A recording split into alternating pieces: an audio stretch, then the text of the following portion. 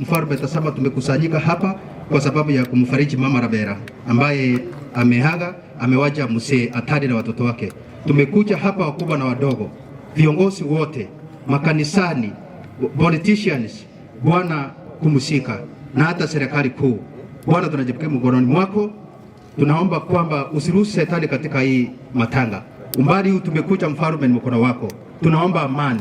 Mfalme, tunachua kwamba kuna wale ambao walikuwa wamepanga kuja kufuruga hii matanga. Wao unawachua mfalme, ili watume vijana hapa waanze furugu mfalme, ili wakapate kusikisia wengine, kwa sababu huyo mtindo umeendelea.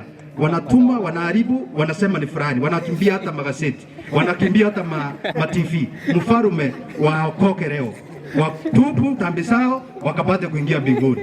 Na hata wale viongozi wengine mfalme walikuja hapa wakitafuta mfalme tu, waliwapatia nafasi ili wakapate kukuomba wapatie hizo nyadhifa. Hakuna hata mmoja alikuomba, lakini ninawaombea mfalme, wale waaminifu ukawakumbuke 2027. Asante mfalme, hata hapa Bonchari na kabidi mkononi mwako. Unachua mateso ya Kisii, unachua mateso ya Kisii County na hata Bonchari.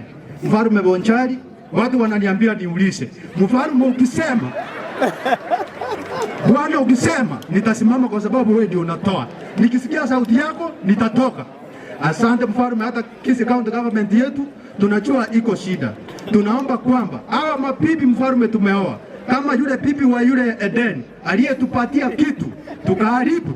Mfalme, hata yule Delila aliyepatia mtumishi wako Simon kitu akaharibika. Hata hapa Kisii tumekula kitu, tumepotea.